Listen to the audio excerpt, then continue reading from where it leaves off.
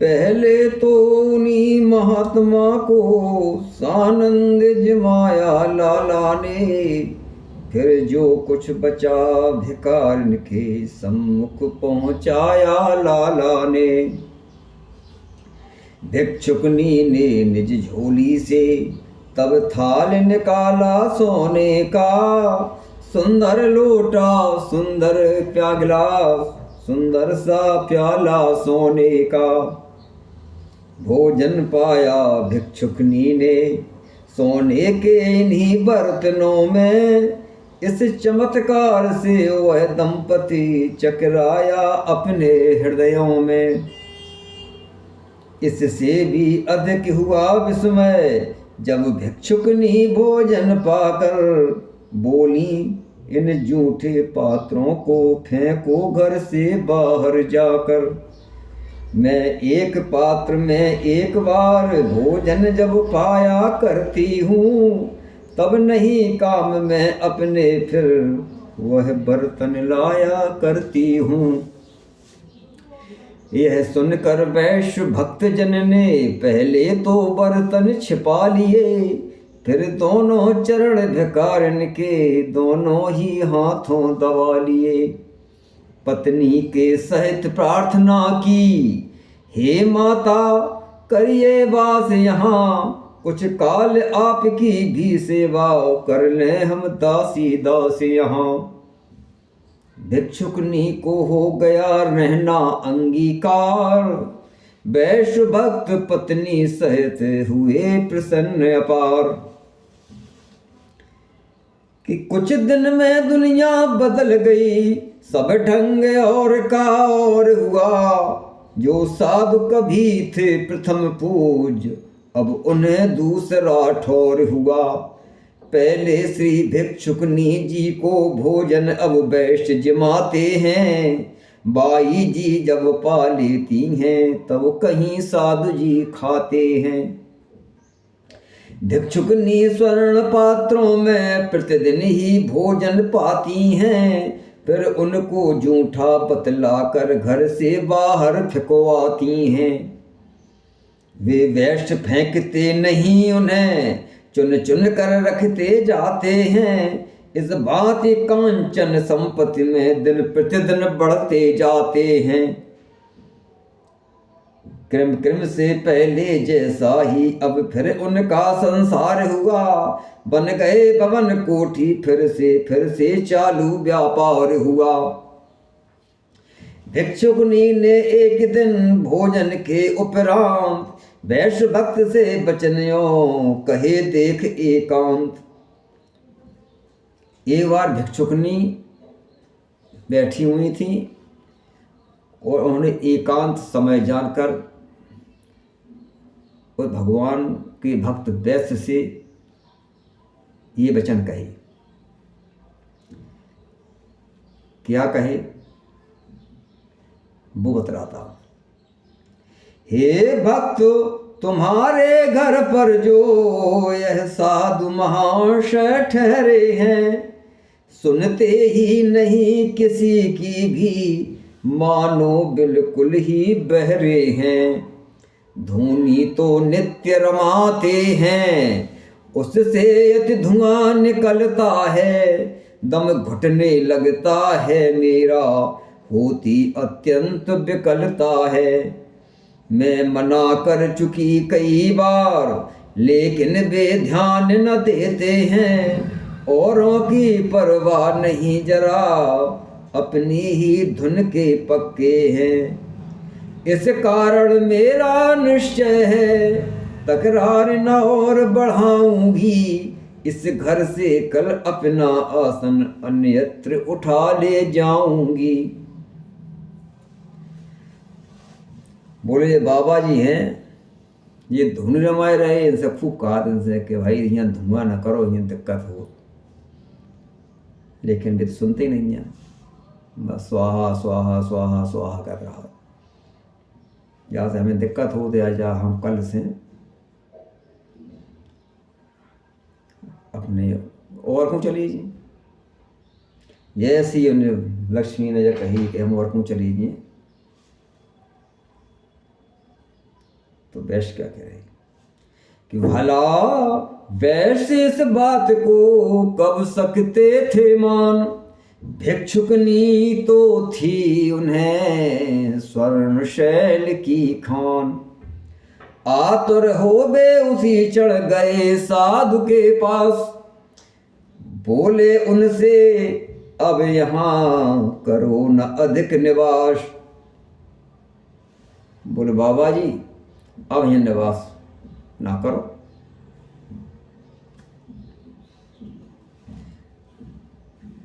बस इसी समय है महाराज आसन ले जाओ और कहीं, मुझ में रखने की शक्ति नहीं, धूनी चेताओ और कहीं। यह सुन बे साधु लगे कहने, व्रत भंग करो मत व्रतधारी, सज्जन प्रण नहीं त्यागते हैं, कितना भी आए दुख भारी। झुंझला कर वैश्य बोले उठे, चुप रहो ज्ञान मत सिखलाओ, मैं सारा शास्त्र जानता हूँ, बेकार न मेरा सिर खाओ। यदि सीधी तरह न जाओगे, तंत्रा मंत्रा फिकवा दूंगा, द्वारे से नौकर को बुलवा, घर से धक्के दिलवा दूंगा। बोले अगर आराम से कह रहे, सीधी तरह ना गए तो द्वारे नौकर बैठो, बाय बुलाए के तुम्हारे जो डेरिया डंगर स्तर बिस्तर तुम्हारी सब तुम्हारी बाहर फुकवाएंगे। या ध्यान रखिए, या से नीचे चले जाओ। कि इतनी यह सुनकर कुछ हंस पड़े साध रूप भगवान, हुए देखते देखते क्षण में अंतर ध्यान। घर को देखा तो हुए वैश्य बड़े हैरान, भिक्षुकनी का भी कहीं मिला न पता निशान। परम व्यथित हो उन्होंने किया विष्णु का ध्यान, लक्ष्मी ने मुझको छला हुआ तभी यह ज्ञान। जैसे उन्होंने बाबा जी को भगाओ तो बाबा जी में चले गए, और भीतर जब पहुंची तो भिक्षुकनी चली गई। अब तो बिल्कुल सतगुरु में नमाड़े पौड़े 2 दिन से गए। तो उन्होंने व्यथित होकर के भगवान विष्णु का ध्यान किया। जब ध्यान किया तो क्या देखते हैं कि क्रोधातुर बोले ओ लक्ष्मी, तूने ही मुझे डिगाया है, मेरे आराध्य देव प्रभु का मुझसे अपमान कराया है। तो मैं भी शाप दे रहा हूँ, तू इस करनी का फल पाए। नारी हो जन्मे पृथ्वी पर, पति के वियोग में कल पाए। 2 मत घर में हो जाएंगे, 2 बर विवाह को आएंगे। नारायण पति होने पर भी सौतों से घर भर जाएंगे। पति तो आपके नारायण ही रहेंगे, भगवान ही रहेंगे, लेकिन आपकी सौतें इतनी हो जाएंगी कि आपकी गिनती नहीं कर पाएंगे आप, आपका घर भर जाएगा, इतनी आपकी सौतें होंगी। ये मेरा शाप है। लक्ष्मी ने भी सूक्ष्म से दे डाला प्रतिशाप, अपना दोष न मान कर मुझे लगाता पाप। लक्ष्मी ने भी अदस को हिसाब दिया कि तुम भटके काहे, अपना दोष काहे नहीं माना, कि तेरा यह दोष तुझे फिर भी दूसरा जन्म दिलवाएगा। उस जीवन में प्रभुता पाकर तू हरिद्रोही हो जाएगा। तेरी ही बहन बनूंगी मैं, तेरे विरुद्ध हो जाऊंगी। तूने अपमान किया है तो मैं भी अपमान कराऊंगी। यह है पिछले जन्म का ब्यौरा ब्यौरेवार। राजन है यह रुक्मिणी लक्ष्मी का अवतार। हे राजन, ये पूर्व जन्म का ब्यौरा है, और राजन ये रुक्मिणी है, ये लक्ष्मी का अवतार है। ये नारद जी ने राजा भीष्मक को बतलाया। वह वैश्य विष्णु का भक्त वही रुक्मैया बन कर आया है। दोनों का शाप फलित होकर यह रंग कलह का लाया है। पर तुम दोनों निश्चिंत रहो, परिणाम नहीं दुखमय होगा। आशीर्वाद मैं देता हूँ, आगे भविष्य सुखमय होगा। रानी जी आप रुक्मिणी के विधि पूर्वक कंगना बंधवाएं, फिर कुलाचार अनुसार उसे गिरजा पूजन हित भिजवाएं। रानी बोली मैं अभी अभी जाकर सब ठीक कराती हूँ। ना कहने वाली लड़की को हाँ हाँ का पाठ पढ़ाती हूँ। प्रभा महारानी गई करने रीत विधान, मुनि नारद भी चल दिए गाते हरि गुणगान। इसी समय आया वहाँ रुक्मी हो बेहाल।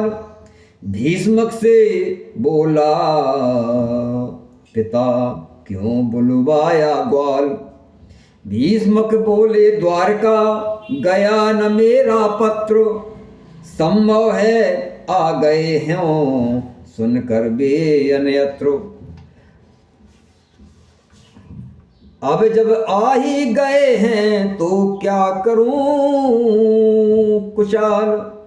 अपने घर से दूं उन्हें लड़कर अभी निकाल। अगर आ ही गए हैं तो अब ही को मार के भगा दें। कि रुक्मी ने सोचा रहने दो, जब उत्सव है अपने घर पर। इस समय उठाएं क्यों झगड़ा, रण होगा रण के अवसर पर। फिर बोला अच्छा तो उनको बातों में फंसा लिया जाए। कन्या पक्षी अतिथियों में फेरों तक मिला लिया जाए। इस कार्य हेतु आप ही जाएं तो बात सहज बन जाएगी।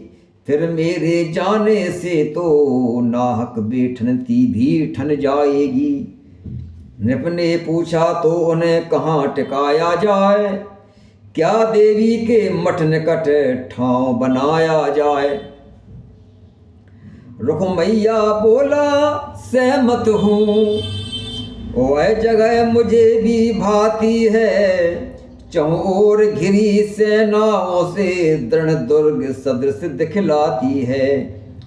जाएं हाँ अभी आप जाएं, कर दें प्रबंध यादव दल का। इन लोगों से बेफिक्री हो तो चले काम आगे कल का।